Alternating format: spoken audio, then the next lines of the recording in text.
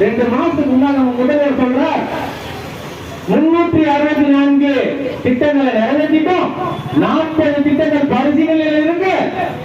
57 திட்டங்கள் மத்திய அரசின் இதுக்காக அனுமதிக்காக காத்துட்டு இருக்கோம் சொல்றாங்க.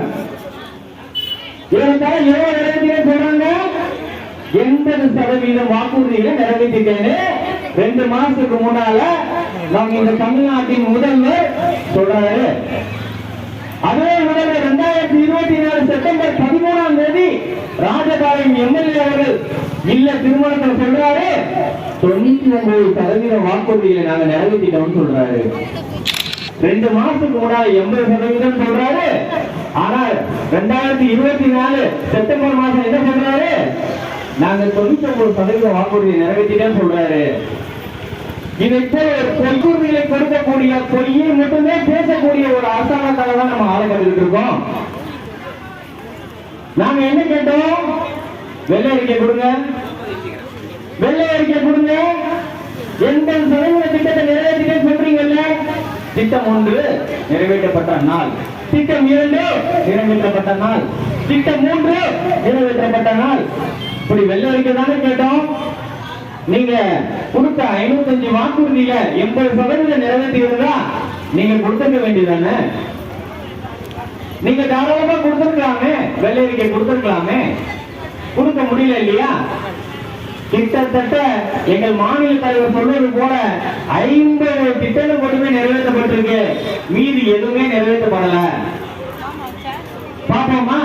ஒரு பானை சோத்துக்கு ஒரு பதம் சொல்லுவாங்க இல்லையா? அவங்க நிறைவேற்ற திட்டங்களை பத்தி பாப்போமா? வீட்டுல எடுக்கிறாங்களா? ஆனா அது சொன்னப்ப எல்லாரும் எவ்வளவு சந்தோஷமா இருந்தது. ஜாலியா சந்தோஷமா இருந்தது இல்ல? மாசம் ஒரு முறை மின்சார கணக்கீடு எடுத்தாங்க அப்படின்னோம்னா நமக்கு ஆல்ரெடி ஒரு 100 யூனிட் ஃப்ரீ. நம்ம அந்த ஸ்லாபுக்கு மேல போகாது, ஈபி பில்லு கம்மியாகும். நினைச்சோமா இல்லையா? எல்லாம் நம்ம நினைச்ச நியாயம். நம்ம அவங்க அந்த வாக்குறுதி கொடுத்த உடனே கட்டாயம் நம்ம நினைச்சோமா? ஆனா பாருங்க, அந்த திட்டத்தை நிறைவேற்றனா கூட பரவாயில்ல. இந்த மகாபாரத அரசு மின்சார விலையா உயர்த்தாம இருந்திருக்கலாம் இல்ல? எவ்வளவு இப்ப உங்களுக்கு கரண்ட் பில் வருது? 2021க்கு முன்னால எவ்வளவு வந்தது, இப்ப எவ்வளவு வருது? சரி, உங்க தான் கேட்கறது. அப்ப எவ்வளவு கட்டினீங்க? அப்போ 500 ரூபாய் கட்டினா எவ்வளவு கட்டுறீங்க? 500 ரூபாய் கட்டின ஒரு சகோதரி வந்து இப்ப 4000 ரூபாய் அவங்க வீட்டுக்கு பில் வருதான். எவ்வளவு வருது? 4000 ரூபாய் பில் வருதான். மாசம் மாசம் உங்க பாக்கெட்ல இருந்து உங்களுக்கு தெரியாம எப்படி சொல்றாங்க பாத்தீங்களா? வலிக்காம சொல்லுவான், வலிக்காம சொல்லுவான். அதுதான் திமுக. சரி, இதை செய்யல. ரேஷன்ல உளுந்தம் பருப்பு கொடுக்கன்னு சொன்னாங்க, கொடுக்குறாங்களா? கொடுக்கலையா? சொன்னாங்கம்மா, சொன்னதா ஞாபகம் இருக்கா இல்லையா? 1 கிலோ சக்கரை அடிக்கிறதே தரங்க, தரங்களா? தரல. நீங்க இருக்கிற எல்லாருமே கொஞ்சம் ஒரு 1/4 மணி நேரம் என்ன கவனிங்க. உங்களதான் கேள்வி கேட்பேன், பதில் சொல்லணும். கேள்வி மட்டும் தான் இருந்து பதில் உங்களுக்கு.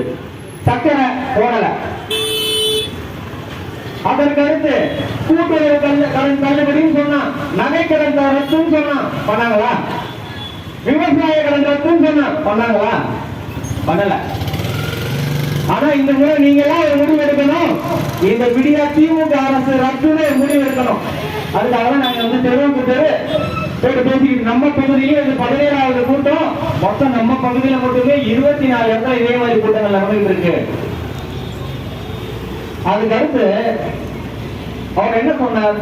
சொன்னதை மட்டுமே செய்வான் இந்த முத்துவேல் கருணாநிதி ஸ்டாலின் சொல்ற நம்முடைய விடியா அரசு முதல்வர் என்ன சொன்னாரு? ரேஷன் அட்டை வைத்திருக்கும் அனைத்து குடும்பத்தில் உள்ள மகளிருக்கும் மகளிர் உதவித்தொகை 1000 ரூபாய் சொன்னாரா? சொன்னாரா? எத்தனை பேருக்கு வருது? எத்தனை பேருக்கு வருது? எத்தனை பேருக்கு வராத கை கொடுக்க பார்ப்போம். உங்களுக்கு தகுதி இல்லை. நான் சொல்லல, நான் சொல்லல. இந்த விடியா அரசு சொல்லுது உங்களுக்கு தகுதி இல்லை. உங்க தகுதியை நிர்ணயம் பண்ணது தகுதி யாருமா? நீங்க எத்தனை கார் வச்சிருக்கீங்க உங்க வீட்டுல?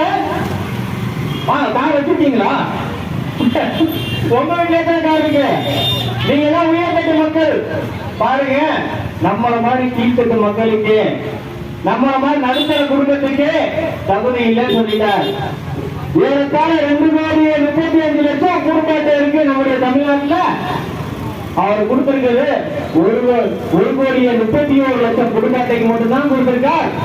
மீது 1 கோடி பேருக்கு தகுதி இல்லைன்னு சொல்லிட்டார். என்ன சொன்னார்? தகுதி இல்லைன்னு சொல்லிட்டார்.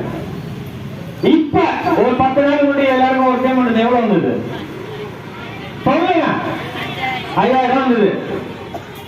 5,000 உங்களுக்கு தான் வரல, பாவம், உங்களுக்கு தகுதி இல்லைம்மா, நீங்களாம் பாவம். நான் உங்களை பத்தி பேச வரல. 5,000 வாங்கின என் சகோதர சகோதரிகளை பத்தி பேசுறேன். எனக்கு சந்தோஷம். என்னோட அம்மாவுக்கு, என்னோட தங்கச்சிங்களுக்கு, அக்காவுக்கு எல்லாருக்கும் 5,000 வந்ததுல எனக்கும் சந்தோஷம். ஆனா பாருங்க, அவர் என்ன சொல்லி கொடுத்தாரு? 2 மாசம் அட்வான்ஸ் பேமெண்ட், 2 மாதங்கள் முன்பணம். இந்த மாசத்துக்கு 1,000 ரூபாய். கோடைக்கால சிறப்பு நிதி 2,000 ரூபாய். எவ்வளவு மொத்தம்? 5,000 ரூபாய். ஆனா இந்த விடிய திமுக அரசு 2021 ஆண்டு மே மாதம் ஆட்சிக்கு வந்தது. எப்பத்துல 1,000 கொடுக்க ஆரம்பிச்சாங்க? யாரு? 2 வருஷம். ஓரளவுக்கு கரெக்ட். ஏன் தெரியுமா? 2023 செப்டம்பர் மாசம் தான் கொடுக்க ஆரம்பிக்கிறாங்க. ஏறத்தாழ 28 மாதங்கள் உங்களுக்கு கொடுக்கல. உண்மையா? 2 மாசம் அட்வான்ஸ் பேமெண்ட் போட்டாங்கல்ல, பெண்டிங் பேமெண்ட் சேர்த்துல போட்டுருக்கணும். 28 பிளஸ் 5 33,000 ரூபாய் இல்லாம உங்களுக்கு வந்திருக்கணும். வந்துதா? கேட்கணும். சும்மா சும்மா வாக்குறுதியை திருப்பி போடுறதுக்கு இல்ல. வரும்போது தடவை திமுக காரவங்கிட்ட ஓட்டு கேட்க வந்தா நீங்க கேட்கணும். எங்க பெண்டிங் அமௌண்ட் கொடுக்கறதுக்கே வக்கில்ல. இந்த வக்கற்ற அரசு வெறும் 505 வாக்குறுதிகள் கொடுத்து 50 வாக்குறுதிகள் மட்டுமே நிறைவேற்றி இருக்கக்கூடிய இந்த வக்கற்ற அரசு எந்த முகத்தை வச்சுக்கிட்டு என்கிட்ட நீங்க திரும்பவும் வரீங்கன்னு சொல்லி நீங்க கேட்கணும். அதை சொல்றதுக்கு தான் தெருவுக்கு தெரு நாங்க மீட்டிங் போட்டுருக்கோம். தெருவுக்கு தெரு நாங்க இது மாதிரி கத்துக்கிட்டு இருக்கோம். இந்த விடிய அரசு பதவியேற்ற பிறகு ஏறத்தாழ 74 ஆண்டுகள், சுதந்திரம் அடைந்து 74 ஆண்டுகள், நம் தமிழகத்தின் மொத்த கடன் 4,50,000 கோடி மட்டுமே. 4,50,000 கோடி மட்டுமே. ஆனா பாரு, 5 வருஷத்துல இந்த 5,00,000 கோடியை தொடர்போது தமிழ்நாட்டோட கடன் 11,00,000 கோடி ரூபாயை தொடர்போது. இந்த 6,00,000 கோடி ரூபாய ஒவ்வொருக்கும் எனக்கும் என்னங்க செஞ்சுட்டாங்க? இந்த 6,00,000 கோடி ரூபாய் நீங்களா போச்சு பாப்போமா? தெரிஞ்சுக்கணும். தெரிஞ்சுக்கிறது மட்டும் தான், உங்களுக்கு தெரிஞ்ச வேண்டாம் சொல்லணும். ஒவ்வொரு குடும்பத்தின் மேலேயும் இன்னைக்கு 4,50,000 ரூபாய் கடன் ஏறி இருக்குங்க. உங்க பேர் கடன் இருக்கா? 4,00,000 ரூபாய் இருக்கு. ரேஷன் கார்டு இருக்கு இல்ல? உங்க பேர்ல 4,00,000 ரூபாய் இருக்கு. நோட் பண்ணிக்க. அனைத்து துறைகளிலுமே ஊழல். 52 துறைகள் இருக்கு நம்ம தமிழ்நாடு அரசின் கீழ. அனைத்து துறைகளிலுமே ஊழல். இந்த அரசோட லட்சணம் சொன்னா ஒரே ஒரு இதை சொல்லிடலாம். 2 வருஷத்துக்கு முன்னாடி பெருமழை வந்தது இல்ல? எல்லாம் நினைவு இருக்கா? மழை வந்தப்ப நம்ம மேயர் பிரியா அவர்கள்கிட்ட பிரஸ் மீட்ல கேட்டாங்க, என்ன நான் இது மாதிரி 5,000 கோடி ரூபாய் ஒதுக்கி கால்வாலாம் போட்டீங்களே, என்னாச்சு அப்படின்னு சொல்லி. 90% பணிகள் நாங்கள் முடிச்சுக்கிட்டோம். அந்த அம்மா சொன்னாங்க 90% பணிகள் நாங்கள் முடிச்சுக்கிட்டோம். அடுத்த ஒரு கேள்வி கேட்கறாங்க. கேள்வி கேட்ட உடனே பக்கத்துல ஒரு மினிஸ்டர் நிக்கிறாரு. அந்த மினிஸ்டர் சொல்ற, அந்த அம்மா கேள்வி பதில் தெரியல, அடிச்சு விடுங்கிறாரு. என்ன சொல்றாருமா? அடிச்சு விடுங்கிறாரு. உங்ககிட்ட எல்லா வாக்குறுதியுமே இப்படி அடிச்சு விடுற ரகம் தான். இப்ப ஒரு வாரத்துக்கு முன்னால பாத்துட்டீங்க, 1,020 கோடி ரூபாய் ஊழல். நம்ம 10 ரூபாய் பாலாஜின்னு நம்ம மக்களால அன்பா அழைக்கப்படுற பாலாஜி எவ்வளவு ஊழல் பண்ணிருப்பாரு நினைக்கிறீங்க? ஏறத்தாழ 1,50,000 கோடி ரூபாய் தான் அவர் ஊழல் பண்ணியிருக்காரு. வெறும் 1,00,000 கோடி தான் ஊழல் பண்ணியிருக்காரு. TR பாளையம் நீங்க பாருங்க, இப்ப ஒரு வாரத்துக்கு முன்னால நம்முடைய முன்னாள் மாநில தலைவர் அண்ணாமலைஜி அவங்க கோர்ட்ல குறுக்கு விசாரணை பண்றாங்க.